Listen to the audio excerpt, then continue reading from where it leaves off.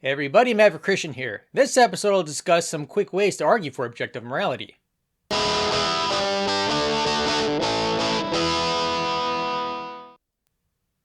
Part 1, the conversational approach. By moral objectivism, I mean the idea that there are moral truths that hold independently of human belief and perception of them. I think a lot of supposed moral relativists are actually moral objectivists deep down. You can find out whether a moral relativist is actually a moral objectivist by asking them a couple questions like this. Is it morally wrong for a man to torture an infant just for fun? Yep. Would it remain morally wrong if a baby torturer thought otherwise and killed everyone who disagreed with him? Yep. Notice in that scenario we would have something that's morally wrong when all human opinion says otherwise, so it seems that you do believe in at least one moral truth that holds independently of human opinion, and thus you do believe in objective morality. Oh. Huh.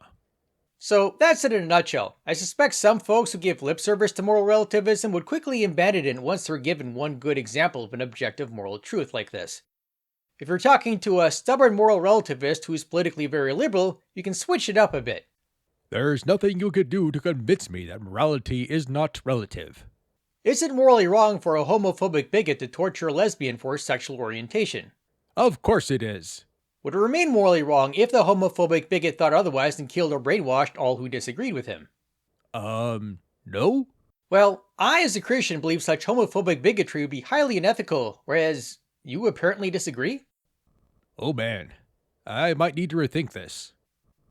Part 2, the deductive argument. When structured as a deductive argument, the argument for moral objectivism becomes this. Premise 1. It is morally wrong for a man to torture an infant just for fun. Note that this premise doesn't take a position whether the moral wrongness is objective or subjective. It just says it's morally wrong. So if the moral wrongness is subjective, then this premise is true. And if the moral wrongness is objective, then the premise is true. Because again, it doesn't take a position on whether the moral wrongness is objective. Premise 2. It would remain morally wrong for a man to torture an infant just for fun, even if a baby torturer thought otherwise and killed everyone who disagreed with him. Premise 3. If premises 1 and 2 are true, then objective morality exists. Conclusion, therefore objective morality exists. The argument is logically valid. In logic, an argument being valid means a conclusion follows necessarily from the premises by the rules of logic, such that you can't have true premises and a false conclusion. A sound argument is one that is logically valid and has all true premises. The general idea for justifying premise 3 is to assume the first two premises for the sake of argument and see if that would lead to moral objectivism. So the justification for 3, which says if the first two premises are true then objective morality exists, goes like this. In the scenario depicted in 2, it remains morally wrong for a man to torture infants just for fun, even though all human opinion thinks otherwise, since the torturer killed off everyone who disagrees with him. Thus, the moral truth it's morally wrong for a man to torture infants just for fun would be holding despite human opinion. Thus, we would seem to have an example of an objective moral truth, that is, holding true independently of human opinion, thereby giving us objective morality. Since the first two premises lead to A, B, and C being true here, premise 3 is pretty solid. The real areas of vulnerability are the first two premises, but denying either one means biting a big bullet. You could deny premise 1, but is it reasonable to believe that there's nothing morally wrong with torturing infants just for fun? You could bite the bullet and deny premise 2. Say it's not morally wrong for a man to torture infants just for fun as long as he believes otherwise and kills everyone who disagrees with him. Do you think that's a reasonable belief? I think this argument is strong because none of the premises seem reasonable to deny. Consider premise 1, for example. It's not reasonable to believe that there's nothing morally wrong with torturing infants just for fun. As a disclaimer, moral nihilists, people who don't believe anything's morally wrong, not even torturing infants just for fun, aren't necessarily bad people. They can be very nice people who are just as opposed to the torture of infants as much as the next person. It's just that if they were consistent with their belief, they would have to think that their intense dislike of such torture is just a matter of taste and there's nothing really wrong with it. Because the moment they do think people shouldn't torture infants, they're believing in morality. So the problem is not that moral nihilists are bad people. They can be very nice people. The problem is that moral nihilism is not a reasonable belief. It is not reasonable to believe that there's nothing wrong with torturing infants just for fun. By my lights, a big problem with those who would reject the conclusion is that neither the first premise nor the second premise is reasonable to deny. In a logically valid argument, true premises constitute evidence for the conclusion. So if we know that all the premises are true, we have extremely solid evidence for moral objectivism. As of this recording, when I presented this argument against skeptics of objective morality, here's the most common response I get. Evidence against my position? Avert thy gaze. That's a comedic exaggeration, but it's not that far from the truth, and in a way, this is kind of understandable. For a person who denies moral objectivism, think of the position they're in. Again, the truth of these premises is being offered as evidence for the conclusion. When faced with evidence for a position, there are several types of rebuttals one can give. One could deny that the evidence supports a conclusion. That doesn't work in this case because the argument for moral objectivism is logically valid. The rules of logic make it impossible to have true premises and a false conclusion here. One could dispute the evidence and say that a premise is false. But the problem is that none of the premises seem reasonable to deny. Which brings me to the third strategy of dealing with the evidence. One could ignore the evidence. Don't say anything that addresses the truth of a premise. The most common response I've received as of this recording is to not address the premises. But if the conclusion is false, there of course needs to be a false premise. By ignoring the premises, one ignores the proffered evidence for the conclusion. Which brings me to red herrings. A red herring is something that misleads or distracts, and a red herring fallacy or ignoratio elenchi is where someone supposes a point proved or refuted by establishing something not at issue. One way to ignore the evidence for moral objectivism here is to use red herrings instead of attacking the premises. Some examples of red herring responses to the argument I've seen are that humanity's beliefs and morality have changed over time, that there are moral disagreements among different people, that everyone agreeing on something doesn't make it objectively true, that the God of the Old Testament did terrible things. All of these are red herrings. Remember that this argument is logically valid. True premises guarantee the conclusion's truth by the rules of logic. Because this argument is logically valid, the only way this argument can fail to be sound is with a false premise. When considering an objection to a logically valid argument, ask yourself, does the response attack any premise of the argument? Consider, for example, the objection that moral disagreements exist. That's true, but does this give us any reason to doubt any premise of the argument? Does the existence of moral disagreements give us any good reason to doubt premise 1, for example? Obviously not. This response is a red herring. Even if the response were true, it gives us no rational grounds for doubting the soundness of the argument. A big clue that these objections are red herrings is that even if they're true, they don't do anything to attack the truth or justification of any premise. And if the premises of a logically valid argument are justifiably true, the conclusion is correct regardless of what else might be true, such as the magic of logic. Remember, the fact that the premises are true is evidence for the conclusion. So by ignoring the premises, one is ignoring the evidence for objective morality here. So don't be fooled by red herrings that distract from whether the premises are true. Because such red herrings are a way of employing tactic 3 here, they're a way of avoiding the evidence by virtue of talking about something else instead. But one can't refute the evidence for objective morality by evading it with red herring responses. One can also be evasive of the asking questions approach. One time, I conversed with someone who didn't accept moral objectivism and asked her if she believed that there was something morally wrong with torturing infants just for fun. She said yes. I then asked her if it would remain wrong if a baby torturer thought otherwise and killed everyone who disagreed with him. Silence.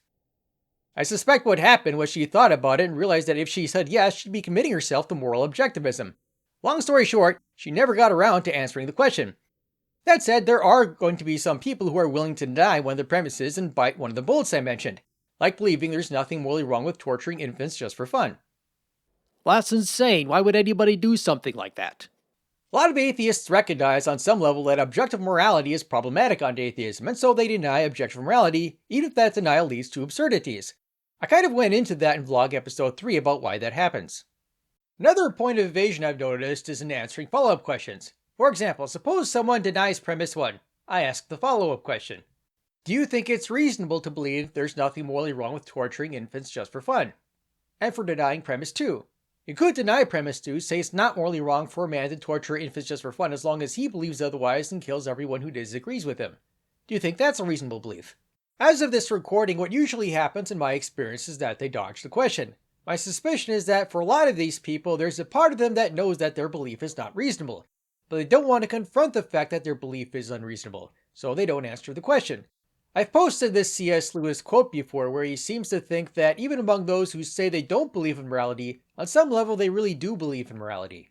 In psychology, there's something called cognitive dissonance, a person having conflicting thoughts like conflicting beliefs, values, or attitudes.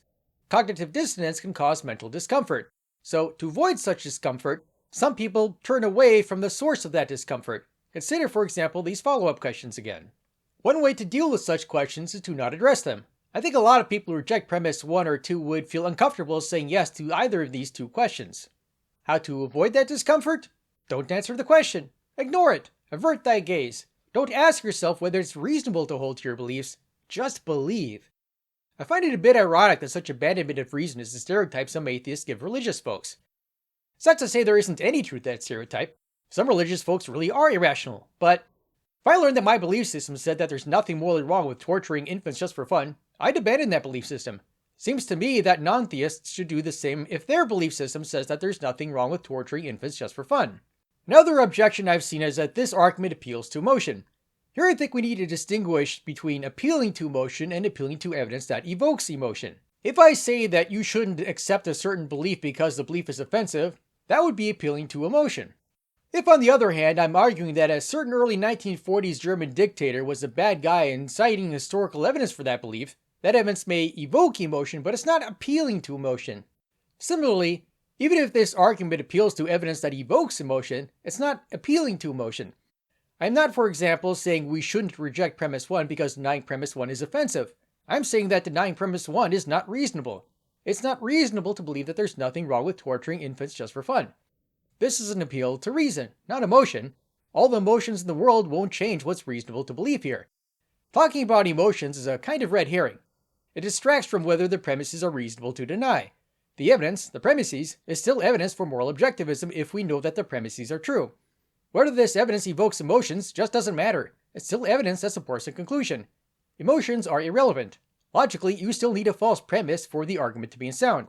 So if none of the premises are reasonable to deny, talking about emotions isn't going to solve the problem. Part 3, Conclusion. By moral objectivism, I mean the view that there are moral truths that hold independently of human belief and perception of them. One way to argue for moral objectivism is to use this conversational approach.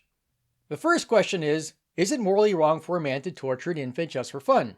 If they say yes, the second question is, would it remain morally wrong if a baby torturer thought otherwise and killed everyone who disagreed with him? If they say yes, you can say something like, notice in that scenario we would have something that's morally wrong when all human opinion says otherwise. So it seems that you do believe in at least one moral truth that holds independently of human opinion, and thus you believe in at least one objective moral truth. Another way is to use the following logically valid argument. Premise 1. It is morally wrong for a man to torture an infant just for fun. Premise 2. It would remain morally wrong for a man to torture an infant just for fun, even if a baby torturer thought otherwise and killed everyone who disagreed with him. Premise 3. If 1 and 2 are true, then objective morality exists. Conclusion. Therefore, objective morality exists. The justification for premise 3 is that once we accept the truth of 1 and 2, it leads to moral objectivism via this step-by-step reasoning.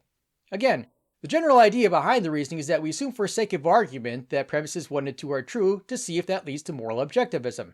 In the thought experiment of premise 2, something remains morally wrong even when all human opinion thinks otherwise, since the torturer killed off everyone who doesn't agree with him. In which case the moral truth, it's morally wrong for man to torture infants just for fun, would be holding despite human opinion. In which case, it seems we have an example of an objective moral truth, that is, holding true independently of human opinion, thereby giving us objective morality. If A, B, and C are all true as they seem to be, then we have an example of an objective moral truth.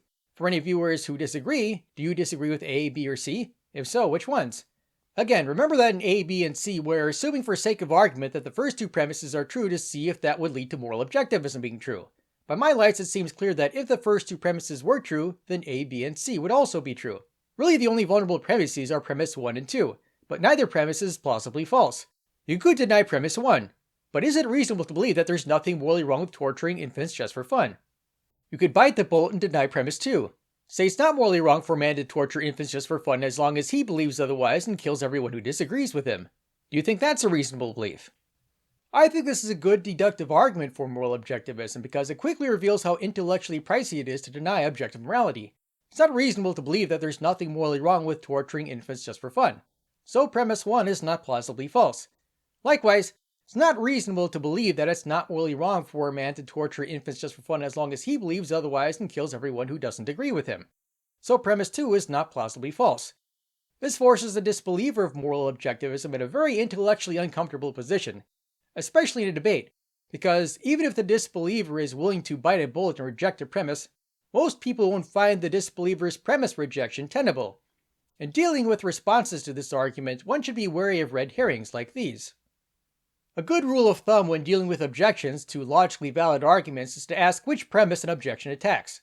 If it doesn't attack any premise, you might have a red herring, because as long as the premises of a logically valid argument are true, The argument is sound regardless of what else might be true. When dealing with the objection that the argument appeals to emotion, we should distinguish between appealing to emotion and appealing to evidence that evokes emotion. For example, evidence that a certain 1940s German dictator was a bad guy may evoke emotion, but it's still evidence. And citing that evidence isn't an appeal to emotion, even if that evidence evokes emotion. In the case of the argument for moral objectivism, the evidence for moral objectivism is the truth of the premises. And while that evidence may evoke emotion, it's still evidence. The premises are still true and they still support the conclusion. For example, premise 1 might evoke emotion, but it's still true. When confronted with the denial of premise 1, I didn't respond with saying that denial is offensive, rather said the denial is not reasonable. So premise 1 is not an appeal to emotion, it's an appeal to what's reasonable. Premise 1 may evoke emotion, but it's still not reasonable to believe that this premise is false. It's still not reasonable to believe that there's nothing morally wrong with torturing infants just for fun. In the case of the argument for moral objectivism, the evidence for moral objectivism is the truth of the premises. Again, while that evidence may evoke emotion, it's still evidence. The premises are still true and they still support the conclusion. Ultimately, emotions are irrelevant. Logically, you still need a false premise for the argument to be unsound. All this talk of emotions is a distraction, because when you're only talking about emotions, you're no longer talking about whether a premise is reasonable to deny. The only way for this argument to be unsound is with a false premise. At the end of the day, neither of these two premises seems reasonable to deny. If you encounter someone who denies premise 1 or premise 2, here are some follow-up questions you could ask. For denying premise 1, do you think it's reasonable to believe there's nothing morally wrong with torturing infants just for fun? For denying premise 2, you could deny premise 2, say it's not morally wrong for a man to torture infants just for fun as long as he believes otherwise and kills everyone who disagrees with him. Do you think that's a reasonable belief? At this point, some who say they deny moral objectivism might suffer cognitive dissonance and refuse to answer the question about whether they think their belief is reasonable. However, if they are willing to bite the bullet and say that, for example, they think it's reasonable to believe that there's nothing morally wrong with torturing infants just for fun, then you can politely disagree and come away with a better idea of how they think as well as the price they're willing to pay to deny moral objectivism. I think the sort of arguments for moral objectivism I've discussed prove objective morality beyond a reasonable doubt. As I've said before, it's not reasonable to deny these two premises. Take premise 1, for example. Any belief system that says it's not morally wrong for a man to torture infants just for fun is probably false. Well, that'll about wrap it up. This is Maverick Christian inviting you to go in peace, serve the Lord, and love logic. Thanks for watching. If you liked the video, hit the like button. If you want to see more videos, hit subscribe and ring the bell.